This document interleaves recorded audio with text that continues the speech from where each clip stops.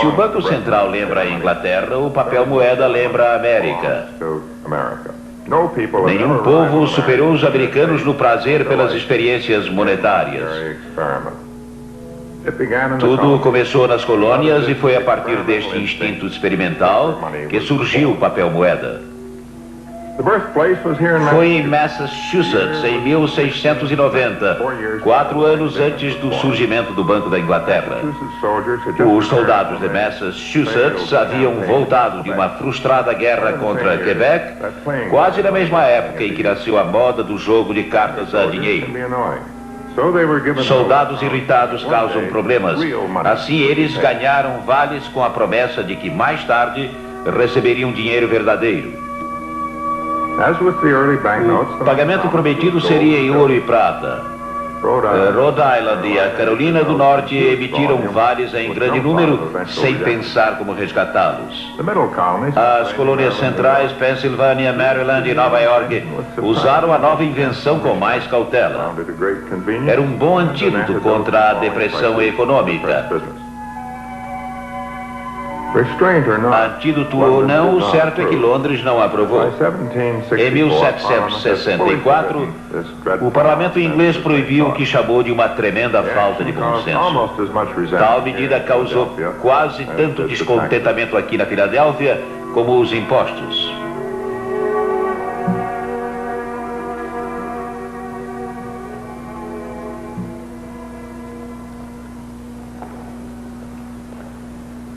Se você estivesse planejando uma revolução, você deveria, antes de tudo, possuir uma causa e um exército.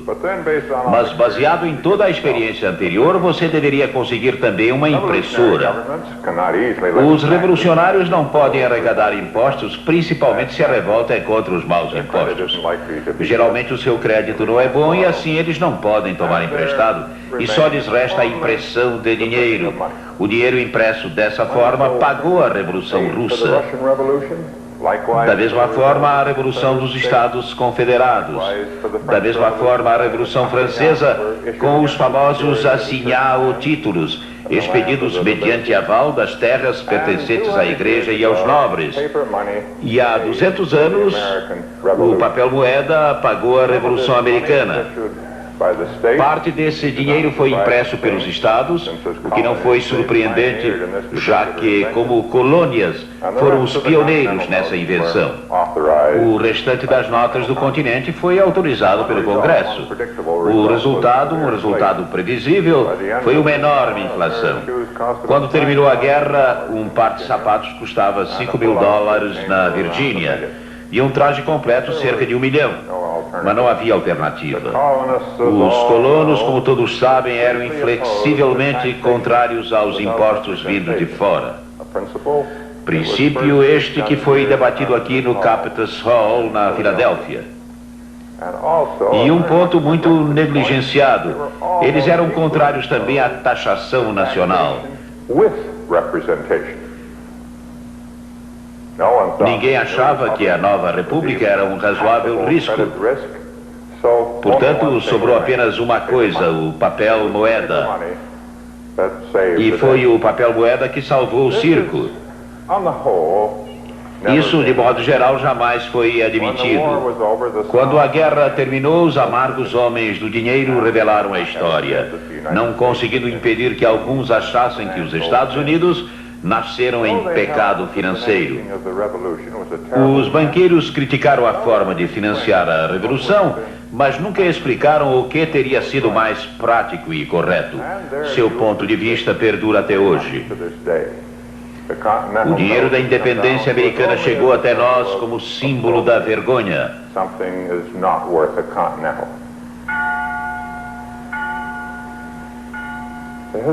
Os historiadores chegaram a suprimir parte da história de Benjamin Franklin. Ele era um defensor do papel moeda que ele próprio imprimia na sua gráfica. Isso raramente é citado. As crianças aprendem apenas que Franklin foi um gênio na diplomacia, economia e eletricidade. O papel moeda cumpriu uma função importante, mas ninguém gostou da inflação que ele gerou. Assim, a Constituição dos Estados Unidos, imitando o parlamento inglês, proibiu os estados de imprimirem papel moeda. Também tentou impedir o governo federal de fazer a mesma coisa, mas a Suprema Corte mudou a Constituição neste ponto. Os ingleses haviam também proibido os bancos de funcionarem nas colônias, mas esta proibição já não existia mais. Se o governo não podia imprimir dinheiro, os bancos podiam. E qualquer um podia fundar um banco, imprimir dinheiro, fazer empréstimos, com essas cédulas para si próprio ou para amigos. Que maravilha era um banco. Os cidadãos da nova república descobriram os negócios bancários como um adolescente descobre o sexo. Os negociantes europeus não compartilhavam da mesma opinião, nem os banqueiros, para quem as cédulas eram entregues em pagamento de cabras ou dívidas. Eles desejavam dinheiro que pudesse ser trocado por ouro ou prata e enviado à Inglaterra. Eis aqui as sementes do conflito político mais persistente da história americana e o mais amargo depois da escravidão. Era a divergência entre os homens que queriam dinheiro honesto e aqueles que queriam dinheiro desonesto para fazer negócios. O conflito começou na realidade com Alexander Hamilton, o primeiro secretário do Tesouro. Ele resgatou as cédulas americanas à taxa substancial de 1% sobre o dólar, atitude sem dúvida de um financista honesto. Ele também fundou um banco central nas linhas do Banco da Inglaterra, a fim de manter os bancos disciplinados, mas o banco durou poucos anos. O auge dessa divergência sobre dinheiro bom e dinheiro ruim ocorreu em 1830. Foi a luta entre Nicholas Biddle, presidente do segundo maior banco dos Estados Unidos, e Andrew Jackson, presidente da República.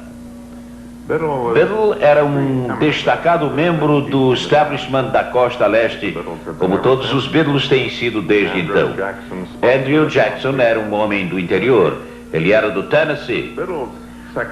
Tal como o banco de Hamilton, o banco de Biddle destinava-se a manter os bancos menores na linha.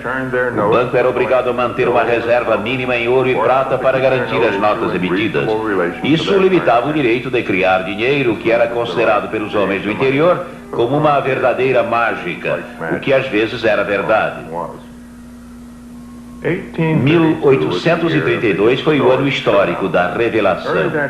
No início daquele ano, os amigos de Biddle no Congresso, liderados por Henry Clay, renovaram o alvará de funcionamento do banco. Jackson reagiu com um veto pungente. As eleições presidenciais giraram então em torno dessa questão. Biddle tinha o dinheiro, Jackson tinha os votos. O banco foi derrotado. Nem sempre o dinheiro ganha. O poder é também algo que só se consegue uma vez. Não demorou que Biddle fosse à falência. Os bancos estaduais então ficaram maravilhosamente livres por quase um século. Era o carnaval novamente.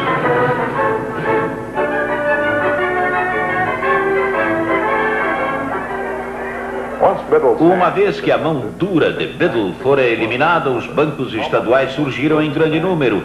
Qualquer pessoa podia abrir um banco. Era quase uma questão de direitos humanos.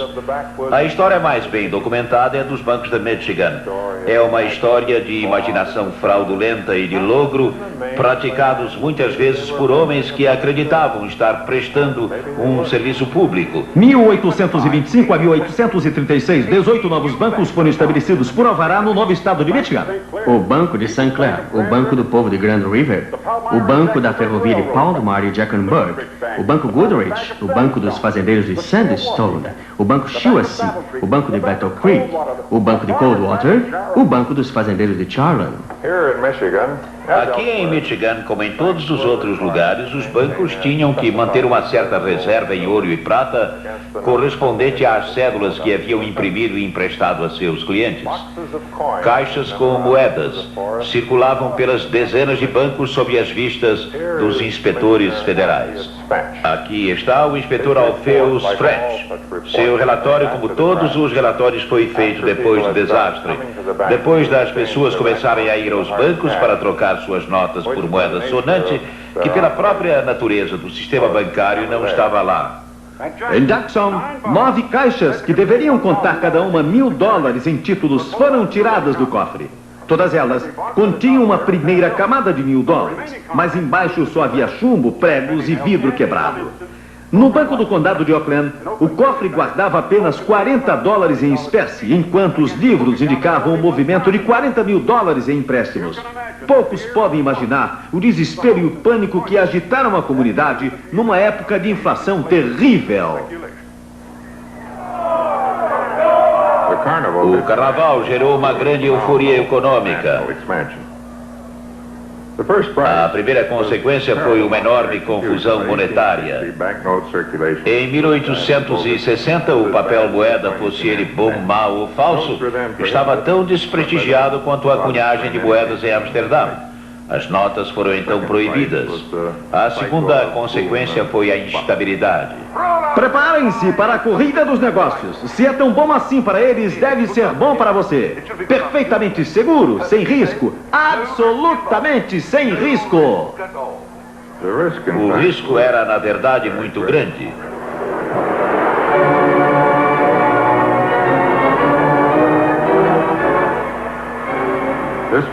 Esta perigosa corrida com altos e baixos durou desde o século passado até o atual.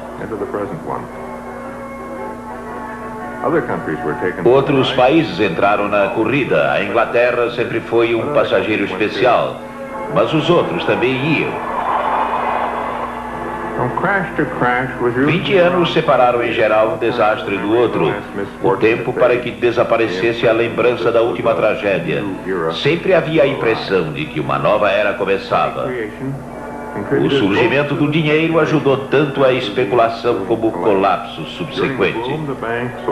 Na euforia, os bancos velhos e novos expandiram seus empréstimos, as emissões de notas e os depósitos. Esse dinheiro financiou a especulação feita, às vezes, em ações de um canal ou de uma estrada de ferro, mas geralmente em terras. Mais tarde, em mercadorias e ações. Durante cada surto econômico, os incrédulos eram desprezados como pessoas sem imaginação. Na hora da depressão, os políticos negavam que houvesse qualquer coisa errada. Os líderes financeiros e os estadistas diziam que era necessário ter confiança, pediam até mesmo orações. No pânico de 1907, J.P. Morgan conclamou os pastores protestantes de Nova York a pedirem que os paroquianos deixassem o seu dinheiro nos bancos. O slogan "Em Deus confiamos" foi adaptado para "Pelo diabo também confiamos nos bancos".